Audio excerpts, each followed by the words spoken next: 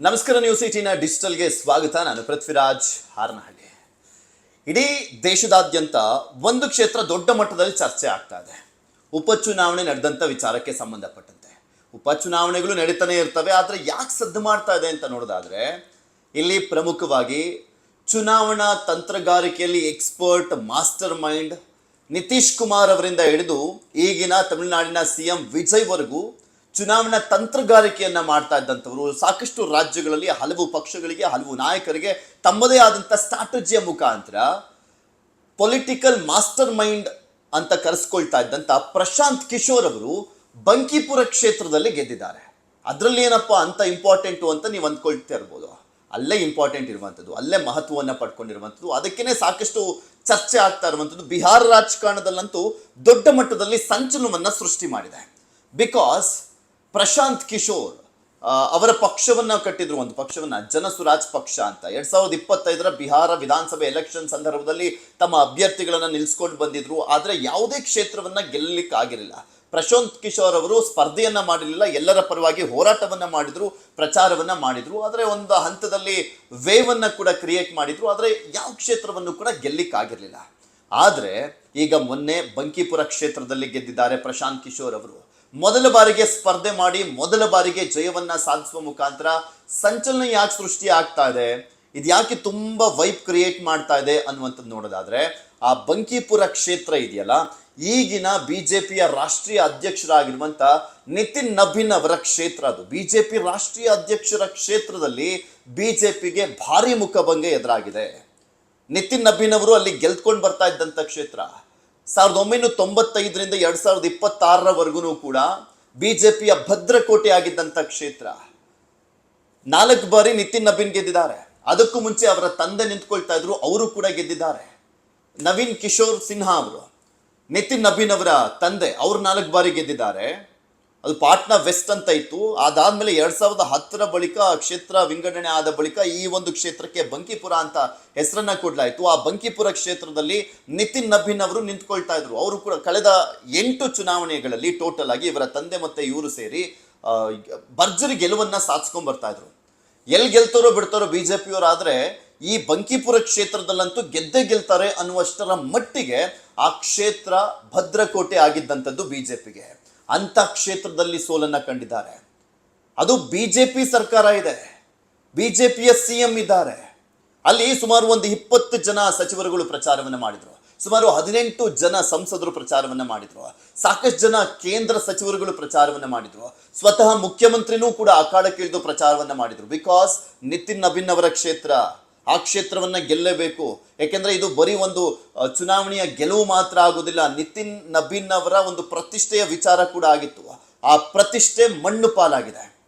ಯಾಕೆಂದ್ರೆ ನಾವು ಯೂಶ್ವಲಿ ನೋಡ್ತೀವಲ್ಲ, ಯಾವ ಸರ್ಕಾರ ಇರುತ್ತೆ ಆ ಸರ್ಕಾರಕ್ಕೆ ತುಂಬಾ ಅಡ್ವಾಂಟೇಜ್ ಇರುತ್ತೆ ಉಪಚುನಾವಣೆ ನಡೆಯುವಂತ ಸಂದರ್ಭದಲ್ಲಿ. ಆರ್ಥಿಕವಾಗಿ ಅಧಿಕಾರ ಎಲ್ಲವೂ ಕೂಡ ಇರುವಂತ ಹಿನ್ನೆಲೆಯಲ್ಲಿ ಅವ್ರು ಈಸಿಯಾಗಿ ಗೆದ್ಕೊಂಡ್ ಬರ್ತಾರೆ. ಈಗ ನಮ್ಮ ರಾಜ್ಯದ್ದೇ ತೆಗೆದುಕೊಳ್ಳೋದಾದ್ರೆ ಆಲ್ಮೋಸ್ಟ್ ಎಲ್ಲ ಉಪಚುನಾವಣೆಯನ್ನು ಕೂಡ ಕಾಂಗ್ರೆಸ್ಸೇ ಗೆದ್ದಿದೆ. ಬಿಕಾಸ್ ಆರ್ಥಿಕವಾಗಿ, ಅಧಿಕಾರಯುತವಾಗಿ, ಹಣಬಲ, ತೋಳ್ಬಲ ಎಲ್ಲವನ್ನು ಕೂಡ ಹೇಳ್ತೀವಲ್ಲ, ಆ ರೀತಿಯಾಗಿ ಆ ಒಂದು ಆಡಳಿತ ಪಕ್ಷಕ್ಕೆ ಪವರ್ ಇರುತ್ತೆ. ಸ್ಪೆಷಲಿ ಉಪಚುನಾವಣೆ ಅಂತ ಬಂದಂತ ಸಂದರ್ಭದಲ್ಲಿ ನೋಡಿ, ನಾವು ಚನ್ನಪಟ್ಟಣ ಅಥವಾ ಶಿಗ್ಗಾಂವ್ ತಗೊಂಡೊಂದ ಸಂದರ್ಭದಲ್ಲಿ ಅದು ಬಸವರಾಜ ಬೊಮ್ಮಾಯಿ ಅವರ ಕ್ಷೇತ್ರ ಶಿಗ್ಗಾಂವ್, ಮತ್ತೊಂದೇ ಚನ್ನಪಟ್ಟಣ ಕ್ಷೇತ್ರ ಕುಮಾರಸ್ವಾಮಿ ಅವರ ಕ್ಷೇತ್ರ.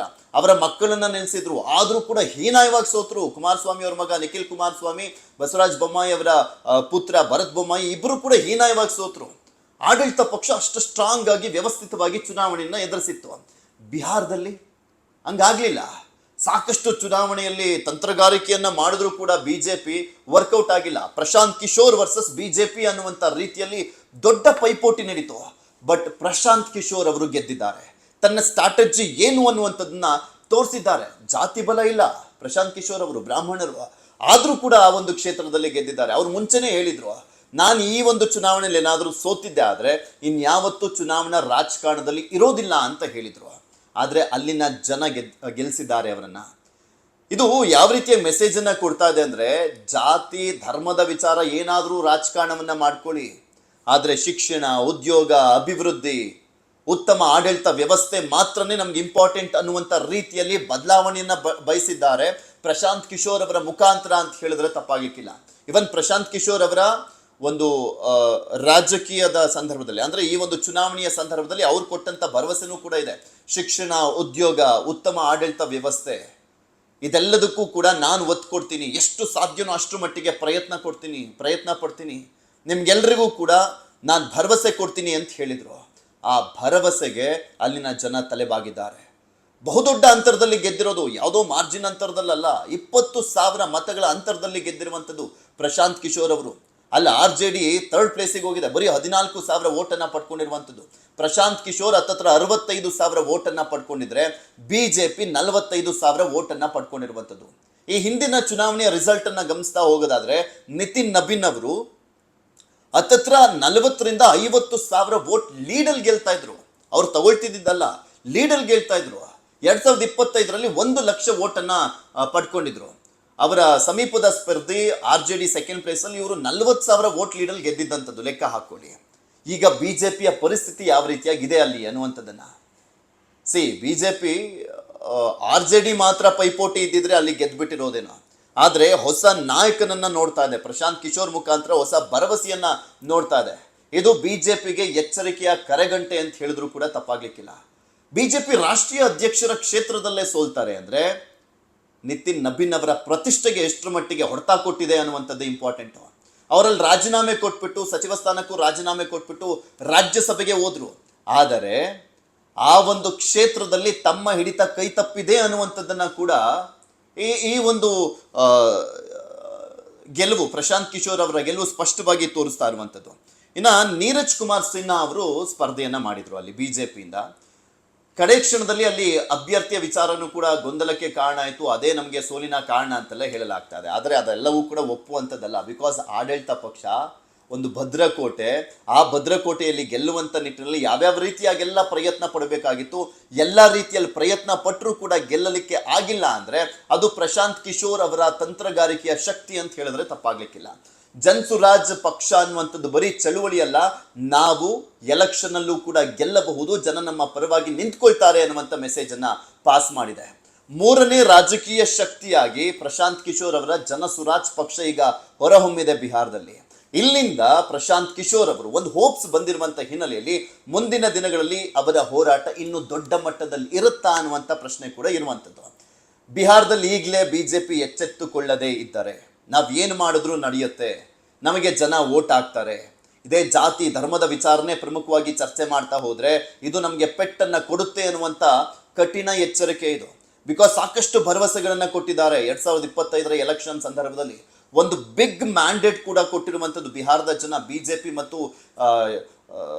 JDU ಮೈತ್ರಿಕೂಟಕ್ಕೆ. ಒಂದ್ ಕಡೆ ನಿತೀಶ್ ಕುಮಾರ್ ಅವರ ಮುಖ್ಯಮಂತ್ರಿ ಸ್ಥಾನದಿಂದನೂ ಕೂಡ ಅವರು ಕೆಳಗಿಳಿದ್ರು. ಈಗ ಸಾಮ್ರಾಜ್ ಚೌಧರಿ ಅವರು ಮುಖ್ಯಮಂತ್ರಿ ಆಗಿದ್ದಾರೆ. ಇಂತಹ ಸಂದರ್ಭದಲ್ಲಿ ಜಸ್ಟ್ ಒಂದು 4 ತಿಂಗಳಲ್ಲಿ ಅವರು ಮುಖ್ಯಮಂತ್ರಿ ಆದ ಬಳಿಕ ಈ ಸೋಲು ಬಂದಿರುವಂಥದ್ದು ಸಹಜವಾಗಿ ಬಿಜೆಪಿಗೆ ಸಾಕಷ್ಟು ಒಂದು ಟೆನ್ಷನ್ ಅನ್ನಂತೂ ತಂದಿಟ್ಟಿದೆ. ಈಗ ನಿತಿನ್ ನಬೀನ್ ಅವರ ವಿಚಾರಕ್ಕೆ ಸಂಬಂಧಪಟ್ಟಂತೆ ನೋಡೋದಾದ್ರೆ ಒಂದು ಹಿನ್ನಡೆ ಆಗಿರುವಂಥ ಹಿನ್ನೆಲೆಯಲ್ಲಿ ಪ್ರತಿ ಬಾರಿನೂ ಕೂಡ ಎಲೆಕ್ಷನ್ ಅಲ್ಲಿ ನಡೆಯುವಂಥ ಸಂದರ್ಭದಲ್ಲಿ ಸಾಕಷ್ಟು ಯೋಚನೆಯನ್ನ ಕೂಡ ಮಾಡಬೇಕಾಗಿದೆ. ಪ್ರಶಾಂತ್ ಕಿಶೋರ್ ಅವರು ಮುಂದಿನ ದಿನಗಳಲ್ಲಿ ಅವರು ಕೊಟ್ಟಿರುವಂಥ ಭರವಸೆ, ಅದರ ಜೊತೆಗೆ ಬಿಹಾರ ರಾಜಕೀಯದಲ್ಲಿ ಯಾವ ರೀತಿಯ ಇನ್ನಷ್ಟು ಸಂಚಲನವನ್ನ ಸೃಷ್ಟಿ ಮಾಡ್ತಾರೆ ಅನ್ನುವಂಥದ್ದೇ ಸದ್ಯದ ಕುತೂಹಲ. ಧನ್ಯವಾದ. ನಿರ್ಭೀತ, ನಿಷ್ಪಕ್ಷಪಾತ, ವಿಶ್ವಾಸಾರ್ಹ ಸುದ್ದಿಗಳಿಗೆ ಮತ್ತೊಂದು ಹೆಸರಾಗಿರುವಂತ ನ್ಯೂಸ್ 18 ಕನ್ನಡ ಈಗ ಆಪ್ನಲ್ಲೂ ಲಭ್ಯವಿದೆ. ದಯವಿಟ್ಟು ಇಲ್ಲಿರುವ QR ಕೋಡ್ ಅನ್ನ ಸ್ಕ್ಯಾನ್ ಮಾಡಿಕೊಂಡು ಆಪ್ ಅನ್ನ ಡೌನ್ಲೋಡ್ ಮಾಡೋದಕ್ಕೆ ಮರಿಬೇಡಿ. ನಿಮ್ಮ ಬೆಂಬಲ ಹೀಗೆ ಸದಾ ನಮ್ಮೊಂದಿಗಿರಲಿ. ಧನ್ಯವಾದ.